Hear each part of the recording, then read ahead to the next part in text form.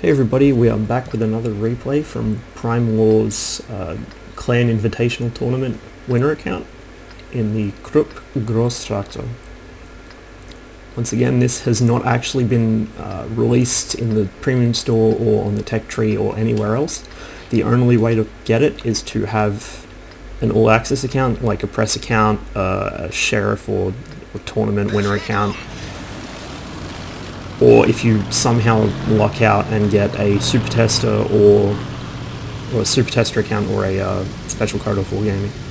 I'm not even sure if they do codes for this tank, as I said last video. One thing I did forget to mention in the last video actually, which I noticed this time around, is that this is a tier 3 tank. It has 320 hit points. Now 320 hit points is a hell of a lot for a tier 3. Bearing in mind that most of them have around 240, 250. So this thing might not have armor, but it is actually quite a bit more survivable than the average tier 3 tank.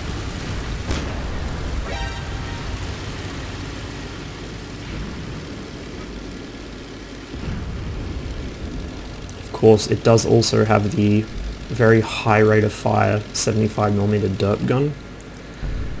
Now, normally derp guns tend to do a lot of damage, but they can't do it very quickly because they tend to have pretty piss poor rate of fire, bad fire control, so on and so forth.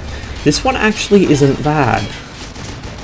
It fires quite rapidly, in fact, as you can see here. Not only that, but at least if you get close in this thing, the fire control isn't too terrible. And because you're tier 3, most of the stuff you're coming up against isn't going to have thick enough armor to make HE not bounce, but to make HE not really do much damage, to make it ineffective. So it is actually a viable option in this tier. Now, counterpoint, this is, I believe, the same gun that a lot of people advocate using on the Panzer III. Don't use this gun on the Panzer III, use the 5cm on that. At tier 4, this gun just isn't enough. And the handling on the Panzer III is awful with this gun. It's not worth it. Really, the 75mm derp guns stop seeing any kind of usefulness around tier 4 matchmaking. So on a regular matchmaking tier 3 where you see tier 5 tanks, it's not a good idea. Similarly, on a tier 4, it's not a good idea. Remembering that the Hetzer gets a 105mm at tier 4, so it's really not worth taking a 75 when that's available. This tank actually isn't too slow for its size, as I did mention before.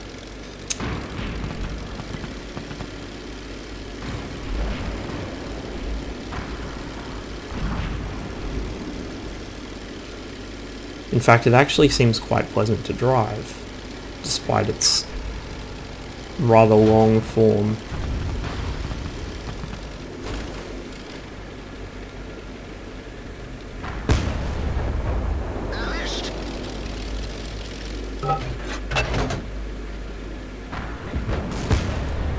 One point to note is that T18, otherwise known as Death's Television, has been nerfed quite severely in, I think, 9.3. It was either patch notes for 9.3 or an upcoming update, but the T18 has had the living shit nerfed out of it. It's going to be horribly unplayable now with any kind of, any large number of lights on the enemy team. Its ground resistance is, I think, now the worst in the game, or certainly nearly the worst in the game. So it won't be able to steer for shit. So it's going to be very much a fixed position thing. You pick a lane, you stay there, and hope against hope that no light tanks find you. Because at the moment the T18 is a bit too good. I don't think anyone's going to argue with that. It's hideously overpowered. Always has been.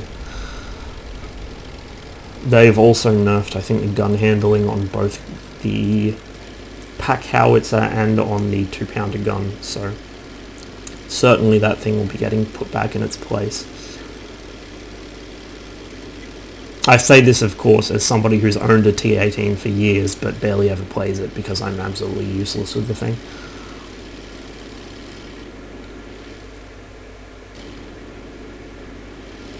Like I said, this thing's not slow. Primelaw is doing 47 kilometers an hour through a swamp. That's pretty respectable. Its turning ability seems quite decent. Even on this shitty ground, it's turning quite well.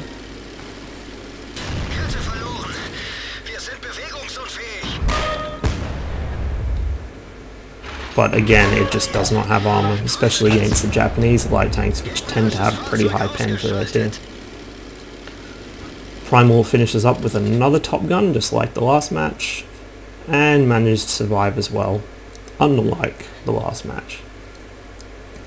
I hope you've enjoyed this look at one of the rarest tanks in the game.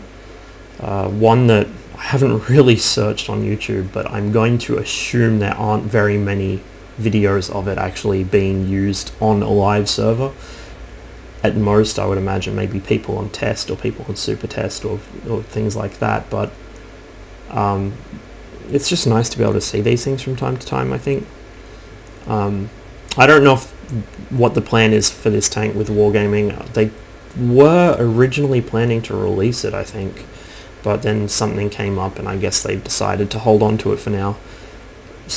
You've got to remember that for everything that does actually make it into a patch and see use in the final game, there's a lot that doesn't. I mean, how many maps do we have in the game? We probably have like 20 or something maps actually in the rotation right now. Not even that, probably like 10 or 15 maps. And Wargaming have made, I think, over 100 of them. And just like the tanks as well, there are a lot of tanks that have been dropped from the game. There is virtually 2 entire lines of French tanks that are finished and have been finished for years and have not been added to the game simply because French tanks aren't very popular, so it's not a priority. The T-4485, I think everyone's aware of the issues with that. It's just too difficult to balance, so Wargaming have decided to hold on to it for now. The T-44-122 I think was always meant to just be a special tank, I'm not sure why. The T-95A6 I think is still a planned clan reward, but it's not actually implemented on NA clients, so even the sheriff's accounts and press accounts and so on don't have access to the T95A6. The only way you'll ever see one of those on NA is if a Russian super tester comes and roams onto the server, which I have seen once. But yeah, I mean, BTSVs and Panzer IIJs are starting to get a bit more common because people are snapping up the last promo codes for them. Obviously, I have both. A bunch of my other goon friends have either one of the two or both of them. But you still have that sort of, I guess, a tiering system of rare tanks. The bottom of it, you just have the unpopular ones that, say, like the 263 for most of the game's history was not a very popular tank, not a very pleasant line for most players to grind, so they left it alone. Then you go up one level to the pre-order tanks, and you go up another level to the promotional code tanks like the BTSV and the Panzer IIJ, and then you go up another to the tanks like this, and then at the top of the tier you got the super tester tanks that you won't actually see regular accounts able to play at all, or even special accounts able to play at all. So, having got the 2 replays of the Gross Traktor done, there will be a couple videos coming. Well, I say a couple, there are probably about 10 or so videos coming of 9.3 test, showing a bunch of the new light tanks, I think some of the changes to the old tanks, and just general test server shittery. Once that's done, I'll go back to my regular uploading queue, so you'll be seeing ancient shit coming out from 8.11, I think even 8.10 still, so forgive the constant jarring jumps between one version of the game and the other, but this is what happens when you have slow internet and a lot of other things to get done. Thanks for watching, and I will see you next time.